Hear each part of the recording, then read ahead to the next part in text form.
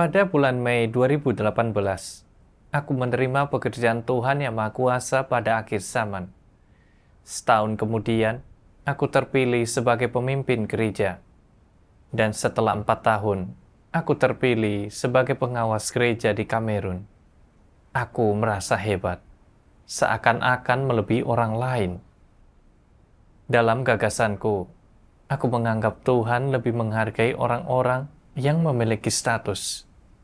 Dan orang-orang ini lebih bernilai daripada yang lain. Dan mereka memiliki kesempatan yang lebih besar untuk diselamatkan. Selama beberapa tahun terakhir menjadi pemimpin, aku memperoleh banyak hal. Jadi aku merasa keselamatanku sudah pasti. Hal ini membuatku lebih termotivasi dalam melaksanakan tugas.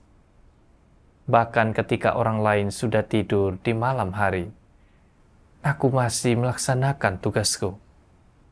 Aku pikir, karena aku telah lebih banyak membayar harga dan memikul tanggung jawab yang lebih besar daripada yang lain, maka Tuhan akan lebih memberkatiku.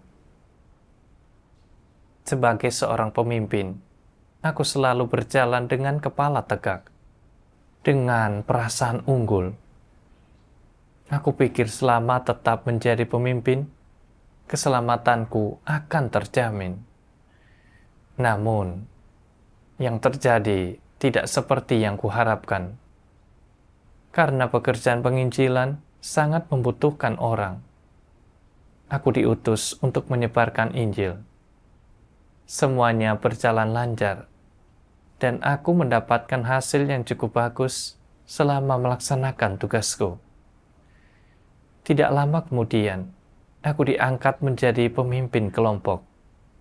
Aku sangat senang karena pengangkatan itu. Aku seorang pemimpin kelompok sekaligus pengawas gereja. Aku merasa makin dekat dengan keselamatan dan tempat tujuanku makin pasti. Pada awal bulan September 2022, aku dipindahkan ke gereja New Light untuk melaksanakan tugasku.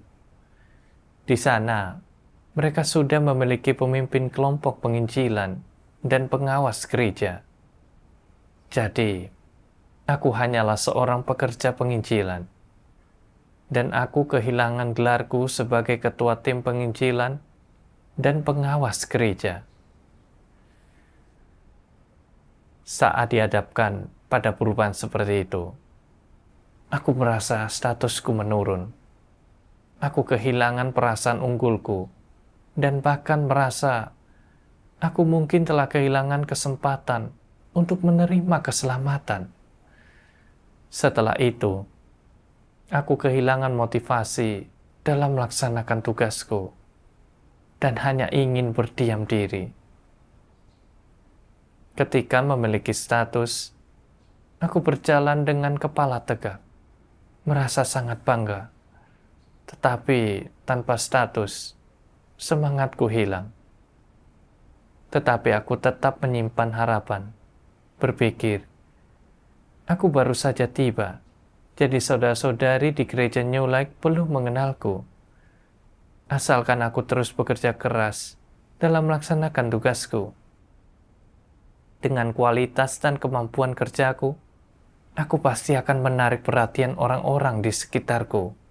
Dan cepat atau lambat, aku akan terpilih sebagai pemimpin lagi. Masih ada harapan bagiku untuk diselamatkan. Ketika memikirkan ini, aku tidak menjadi terlalu negatif dan terus melaksanakan tugasku.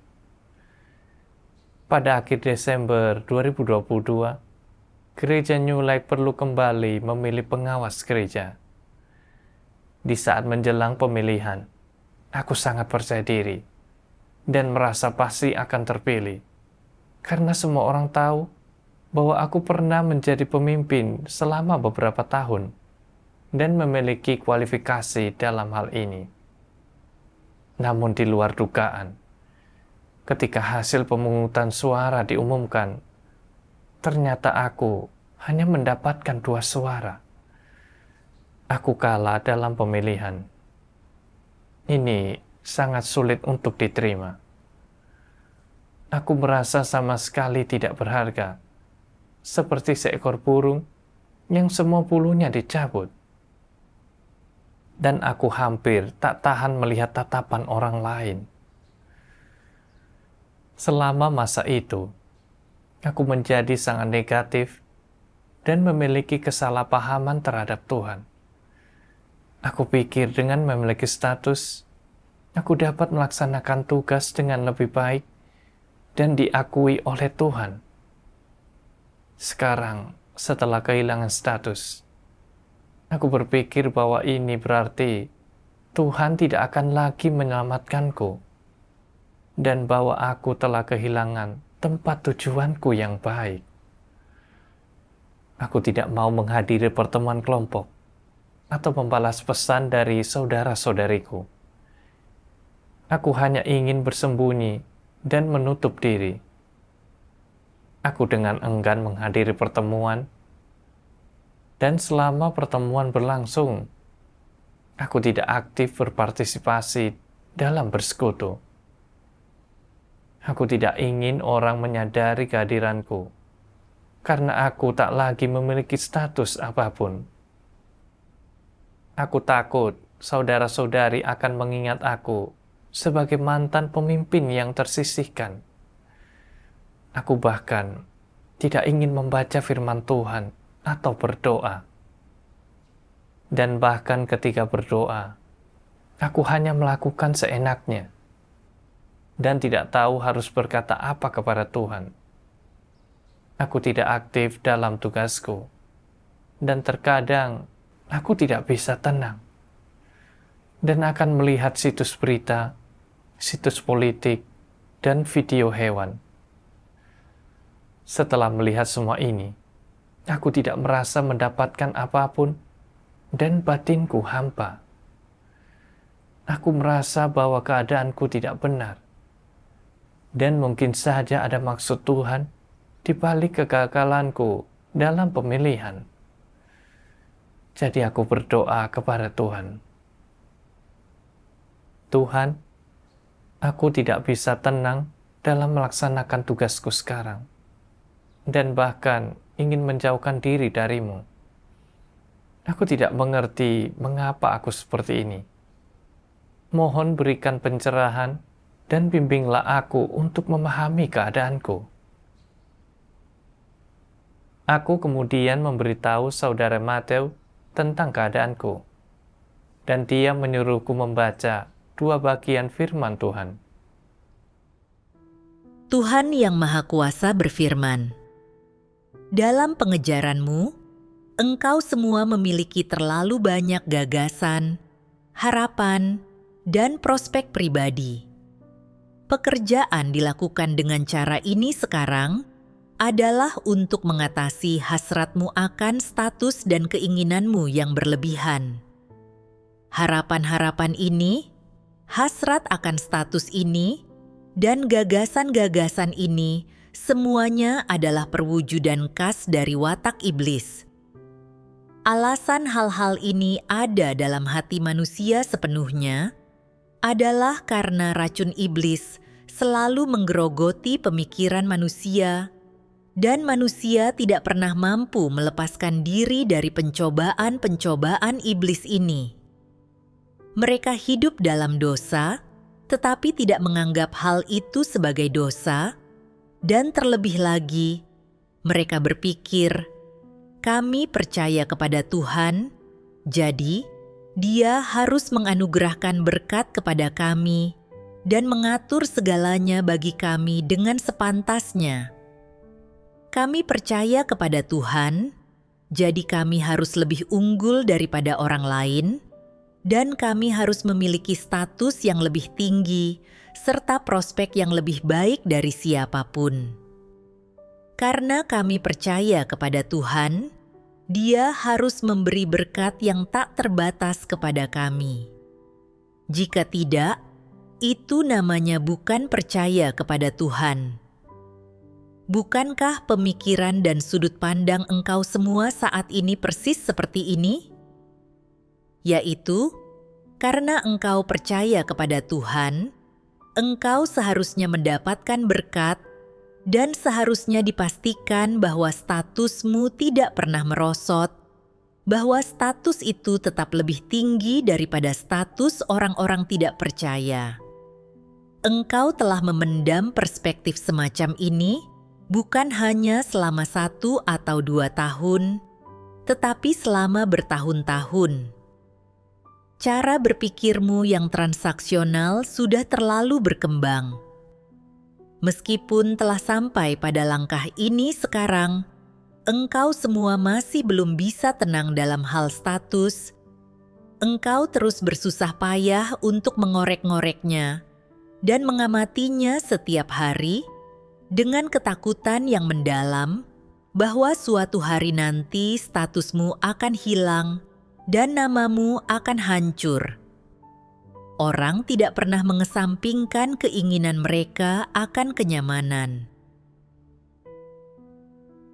Sekarang, engkau semua adalah para pengikut dan telah memperoleh sedikit pemahaman tentang tahap pekerjaan ini.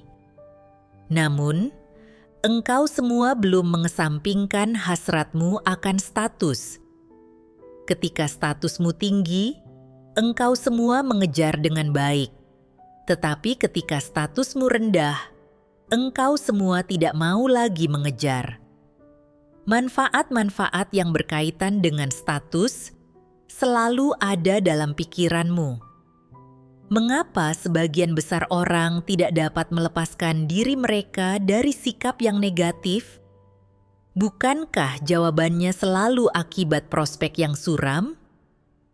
Makin engkau mengejar dengan cara ini, makin sedikit yang akan kau tuai. Makin kuat keinginan orang untuk meraih status, makin serius dirinya harus dipangkas, dan makin berat pemurnian yang harus mereka alami. Orang-orang semacam itu sangat tidak berharga. Mereka harus menjalani banyak pemangkasan dan penghakiman agar mereka mau sepenuhnya melepaskan hasrat mereka akan status. Jika engkau semua mengejar dengan cara seperti ini sampai pada akhirnya, engkau tidak akan menuai apapun.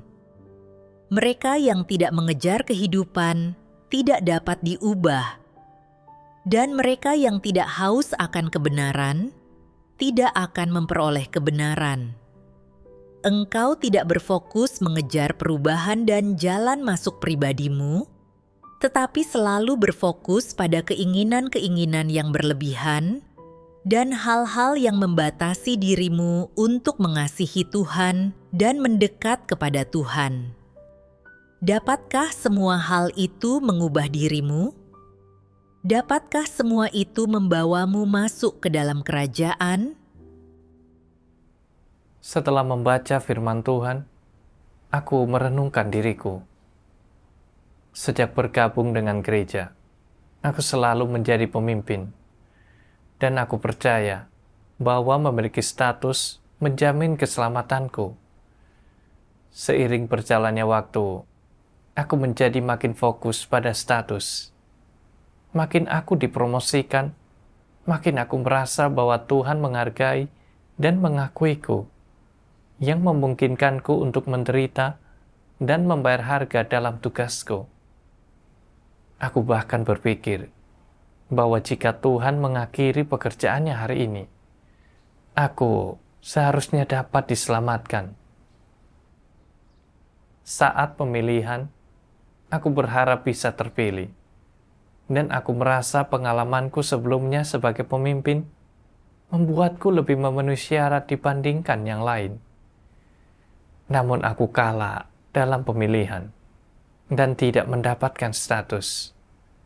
Aku merasa gagal dan kehilangan harapan untuk diselamatkan, sehingga aku kehilangan motivasi dalam melaksanakan tugasku.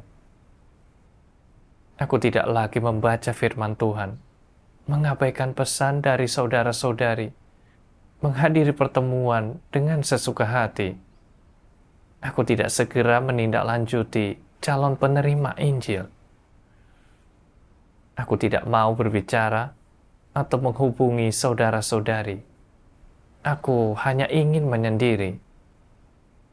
Aku tidak bisa menenangkan hatiku di hadapan Tuhan dan kehilangan keinginan untuk mengejar kebenaran. Aku bahkan menonton film-film sekuler. Hatiku makin gelap, dan aku merasa telah kehilangan pekerjaan Roh Kudus. Tuhan berfirman, "Engkau tidak berfokus mengejar perubahan dan jalan masuk pribadimu, tetapi selalu berfokus pada keinginan-keinginan yang berlebihan dan hal-hal yang membatasi dirimu untuk mengasihi Tuhan dan mendekat kepada Tuhan. Dapatkah semua hal itu mengubah dirimu? Dapatkah semua itu membawamu masuk ke dalam kerajaan?" Pengejaran status tidak dapat memberiku kebenaran atau tempat tujuan yang baik. Dan memiliki status tidak dapat memberiku jalan masuk ke dalam kerajaan Tuhan. Karena mengejar status adalah watak yang rusak dan berasal dari iblis.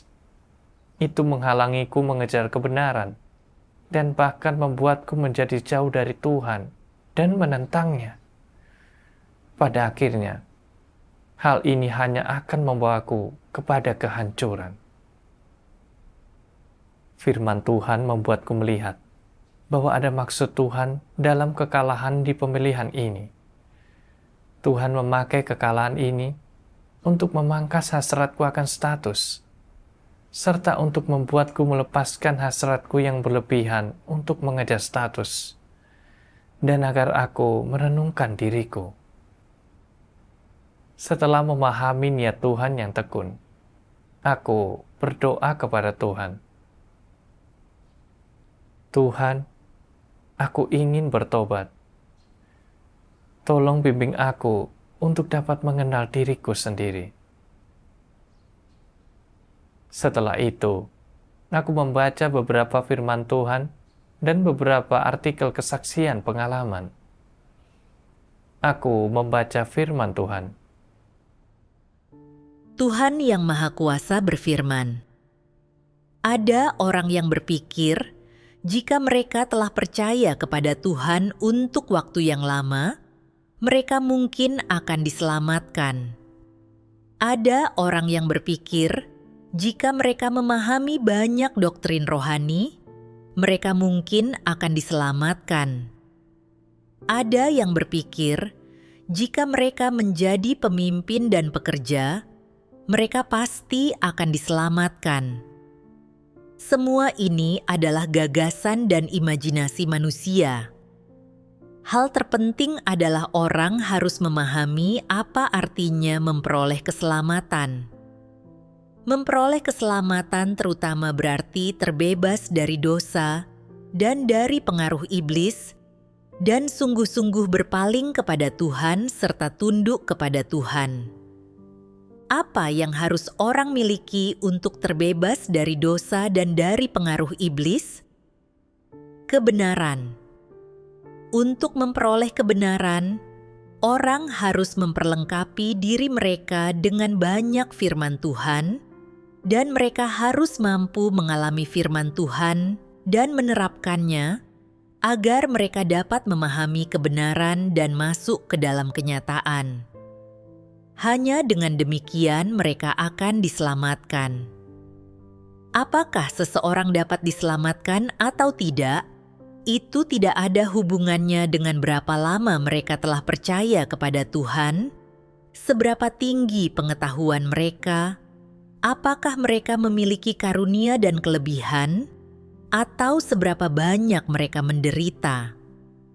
Satu-satunya hal yang berkaitan langsung dengan memperoleh keselamatan adalah apakah seseorang memperoleh kebenaran atau tidak.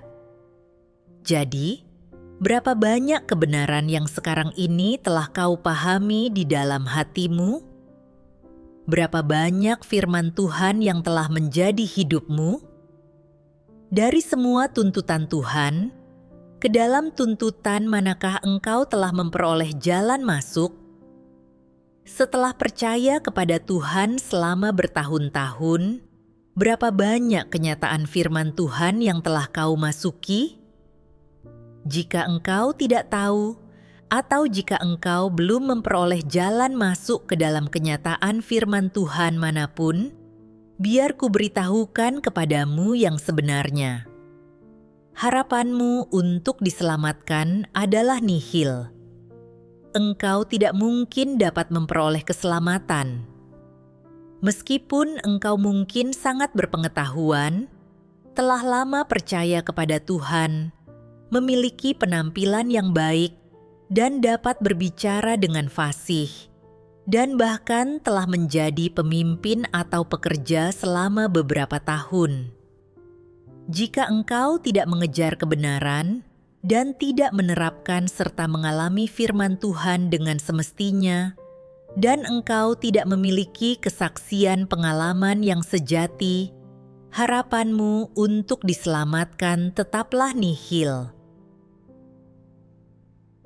Aku menentukan tempat tujuan setiap orang bukan berdasarkan usia, senioritas, ataupun jumlah penderitaan, dan terlebih lagi, bukan berdasarkan betapa menyedihkannya mereka, melainkan berdasarkan apakah mereka memiliki kebenaran. Tidak ada pilihan lain selain ini. Engkau semua harus memahami bahwa semua orang yang tidak mengikuti kehendak Tuhan akan dihukum tanpa terkecuali. Ini adalah sesuatu yang tidak dapat diubah oleh siapapun. Jadi, semua orang yang dihukum menerima hukuman karena kebenaran Tuhan dan sebagai pembalasan atas perbuatan jahat mereka yang tak terhitung. Dari firman Tuhan, aku menyadari bahwa Tuhan memperlakukan setiap orang dengan adil, dan bahwa Tuhan menentukan kesudahan manusia berdasarkan apakah mereka memiliki kebenaran atau tidak. Orang-orang memperoleh perkenanan Tuhan dan diselamatkan, bukan karena mereka adalah pemimpin atau memegang jabatan tertentu, tetapi karena mereka mengejar kebenaran dan pada akhirnya mendapatkan kebenaran. Aku pikir, karena aku telah menjadi pemimpin selama beberapa tahun dan mempunyai status, aku akan mendapat pengakuan dari Tuhan bahwa aku diperkenan Tuhan dan diberi hak istimewa, bahwa aku sudah memiliki tempat di kerajaan Tuhan, dan bahwa aku bisa diselamatkan dan masuk ke dalam kerajaannya. Ini adalah sudut pandangku yang salah. Pada kenyataannya, memiliki jabatan di gereja bukanlah syarat untuk mendapatkan keselamatan, dan memiliki status tidak menunjukkan bahwa seseorang lebih berharga daripada orang lain, atau lebih mungkin mendapatkan pengakuan Tuhan. Di dalam rumah Tuhan, tidak ada perbedaan status. Semua orang setara di hadapan Tuhan, terlepas dari tugas apa yang dilaksanakan seseorang. Selama dia dengan sungguh-sungguh mengejar kebenaran, membuang watak rusaknya, dan tunduk kepada Tuhan, maka dia bisa mendapatkan keselamatan dari Tuhan. Entah dia seorang pemimpin kelompok atau pemimpin gereja, ini hanyalah kesempatan yang diberikan Tuhan untuk mendapatkan kebenaran. Hal ini memungkinkan kita untuk mengalami pekerjaan Tuhan dengan melaksanakan tugas-tugas kita, untuk memahami lebih banyak kebenaran dan untuk tumbuh lebih cepat. Namun, bukan berarti menjadi pemimpin kelompok atau pemimpin gereja menjamin keselamatan. Merenungkan tahun-tahunku sebagai seorang pemimpin, menanggung kesulitan dan membayar harga. Aku menghadiri setiap pertemuan tanpa memandang waktu. Terkadang bekerja hingga larut malam di saat yang lain tidur. Tekun menuntaskan pekerjaan secepat mungkin. Jadi aku pikir, aku melaksanakan tugasku dengan baik, dan aku mengasihi Tuhan. Namun, ketika aku kalah dalam pemilihan dan kehilangan statusku, pemberontakan dan kesalahpahamanku akan Tuhan disingkapkan. Aku pikir aku sudah tak bisa diselamatkan. Jadi aku berhenti mengejar kebenaran, menjadi negatif, dan bermalas-malasan dalam tugasku, enggan membaca firman Tuhan, dan bahkan menonton film sekuler. Aku menyadari bahwa aku tidak mencintai kebenaran, dan bahwa sikap proaktifku dalam melaksanakan tugas hanyalah untuk mendapatkan tempat tujuan yang baik, bukan kebenaran. Itu sebabnya aku belum memperoleh banyak kebenaran selama 5 tahun aku percaya kepada Tuhan.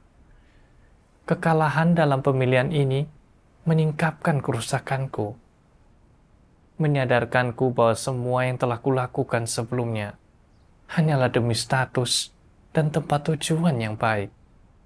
Dan aku mencoba melakukan transaksi dengan Tuhan. Sebenarnya, aku tidak mencintai Tuhan seperti yang kukira. Selama ini, aku memberontak terhadap Tuhan, tidak mendengarkan firman-Nya. Dan karena kehilangan status, aku bahkan menjauhkan diri dari Tuhan, enggan melaksanakan tugasku. Aku ingat apa yang Tuhan Yesus katakan. Bukan setiap orang yang memanggilku Tuhan, Tuhan, yang akan masuk ke dalam kerajaan surga, melainkan dia yang mengikuti kehendak Bapa-Ku yang di surga. Tuhan menginginkan mereka yang mengejar kebenaran dan mengikuti jalannya. Orang-orang seperti itu memenuhi syarat untuk diselamatkan dan masuk ke dalam kerajaan surga. Di masa lalu, aku selalu sibuk menghadiri setiap pertemuan, memberikan kesan kepada semua orang bahwa aku tekun dan bertanggung jawab dalam tugasku. Tetapi, ini semua adalah tipuan. Aku melaksanakan tugasku dengan niat untuk mendapatkan berkat yang tidak mengikuti kehendak Tuhan dan tidak akan memuaskan Tuhan maupun memperoleh perkenanan-Nya. Dengan berlinang air mata, aku berdoa kepada Tuhan.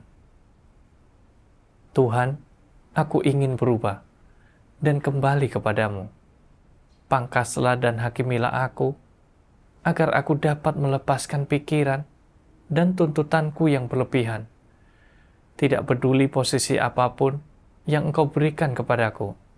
Meskipun orang memandangnya sebagai posisi paling rendah, aku akan menerimanya.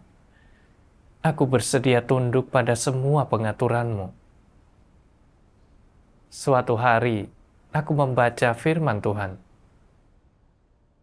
Tuhan Yang Maha Kuasa berfirman, sebagai makhluk ciptaan, manusia harus berusaha untuk mengenal Sang Pencipta dan memenuhi tugas sebagai makhluk ciptaan. Dan yang terpenting, berusaha untuk mengasihi Tuhan tanpa ada pilihan lain sama sekali, karena Tuhan layak menerima kasih manusia. Mereka yang mengejar kasih kepada Tuhan tidak seharusnya mengejar keuntungan pribadi atau pengharapan pribadi. Inilah cara mengejar yang paling benar. Jika hal yang kau kejar adalah kebenaran, jika hal yang kau terapkan adalah kebenaran, dan jika hal yang kau peroleh adalah perubahan pada watakmu, maka jalan yang kau tapaki adalah jalan yang benar. Jika hal yang kau kejar adalah berkat daging, dan hal yang kau terapkan adalah kebenaran yang berasal dari gagasanmu sendiri, dan jika sama sekali tidak ada perubahan pada watakmu, dan engkau sama sekali tidak tunduk pada Tuhan dalam daging, dan engkau masih hidup dalam kesamaran, maka hal yang engkau kejar itu pasti akan membawamu ke neraka, karena jalan yang kau tempuh adalah jalan kegagalan. Apakah engkau akan disempurnakan ataukah disingkirkan? Itu tergantung pada pengejaranmu sendiri, yang juga berarti bahwa keberhasilan atau kegagalan tergantung pada jalan yang orang tempuh. Firman Tuhan memberiku jalan penerapan. Sebagai makhluk ciptaan, aku harus mengejar kebenaran sesuai dengan maksud Tuhan dan melaksanakan tugasku dengan baik, tanpa mencari imbalan apapun. Dahulu, aku pikir memiliki status akan membantuku mendapatkan keselamatan dan mendapatkan serta mempertahankan status sebagai pemimpin akan memastikanku mendapatkan kesudahan yang baik.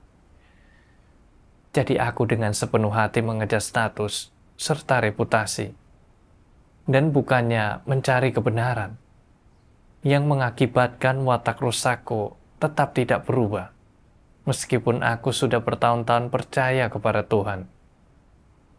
Jika aku tidak mengubah pengejaranku, aku pasti akan disingkirkan oleh Tuhan. Aku juga memahami bahwa di dalam gereja ada berbagai macam tugas, dan bahwa setiap orang melaksanakan tugas berdasarkan keadaan serta kebutuhan dari pekerjaan itu sendiri. Dan apapun jenis tugasnya, itu adalah sesuatu yang harus kita lakukan. Semua itu bertujuan agar orang dapat menerapkan kebenaran dan mencapai perubahan watak. Ini seperti tubuh kita, yang terdiri dari banyak anggota tubuh. Setiap anggota tubuh memiliki fungsinya masing-masing, dan tidak ada satu anggota tubuh yang lebih berguna daripada yang lainnya. Semua fungsi penting bagi kelangsungan hidup tubuh, dan tidak boleh ada satupun anggota tubuh yang hilang. Tugas tidak dibagi menjadi tingkat tinggi dan tingkat rendah. Dengan melakukan pekerjaan khusus atau menjadi pemimpin, tidak lantas membuat seseorang menjadi lebih tinggi dari yang lain, lebih unggul dari orang lain, atau lebih mungkin untuk diselamatkan. Dan berpikir demikian adalah salah. Bahkan sebagai seorang pemimpin, tanpa menerapkan kebenaran, aku tidak dapat memperoleh kebenaran atau diselamatkan. Setelah memahami ini, aku menyesal karena selalu mengejar status. Dan aku pun bertekad untuk melaksanakan tugasku dengan baik. Aku tidak lagi bersikap negatif dan berhenti menonton film-film sekuler. Aku menghadiri pertemuan secara teratur dan sering bersekutu tentang pengenalanku akan diriku, dan mengubah sikapku terhadap tugasku, menjadi proaktif dalam menyebarkan Injil. Aku juga membagikan firman Tuhan kepada saudara-saudari, membantu mereka menyelesaikan keadaan mereka yang tidak normal, dan efektivitas tugasku pun meningkat. Pada akhir Juni 2023, sebuah gereja lain didirikan dan perlu memilih pemimpin serta diaken. Aku berpikir, aku sudah lama percaya kepada Tuhan, dan sebelumnya pernah menjadi pemimpin gereja. Jadi kemungkinan besar aku akan terpilih.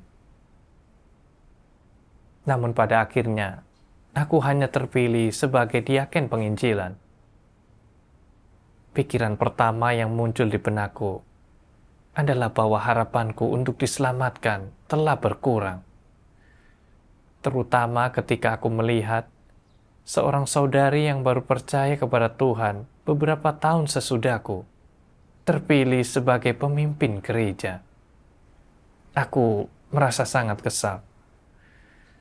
Aku juga berpikir bahwa nantinya akan lebih banyak pendatang baru yang bergabung dengan gereja. Mereka akan melampauiku. dan lama-kelamaan tidak akan ada lagi tempat bagiku. Saat memikirkan ini, aku merasa sangat sedih dan kehilangan motivasi untuk melaksanakan tugasku lagi. Aku berdoa kepada Tuhan. Tuhan, tolong jaga hatiku agar tidak terganggu oleh keadaan ini. Aku bersedia melepaskan pengejaranku akan prospek dan status, tunduk pada semua pengaturanmu, dan melaksanakan tugasku hanya untuk memuaskanmu. Jika aku masih bersikeras untuk mengejar status, aku harap Engkau akan mendisiplinkanku. Aku membaca firman Tuhan. Tuhan Yang Maha Kuasa berfirman, apakah seseorang pada akhirnya dapat memperoleh keselamatan? Itu tidak bergantung pada tugas apa yang dia laksanakan, melainkan pada apakah dia mampu memahami dan memperoleh kebenaran, dan pada akhirnya mencapai ketundukan mutlak kepada Tuhan dan tunduk sepenuhnya pada pengaturannya, tidak lagi memikirkan masa depan dan takdirnya, serta menjadi makhluk ciptaan yang memenuhi standar. Tuhan itu benar dan kudus. Dia menggunakan standar ini untuk mengukur seluruh umat manusia, dan standar ini tidak akan pernah berubah.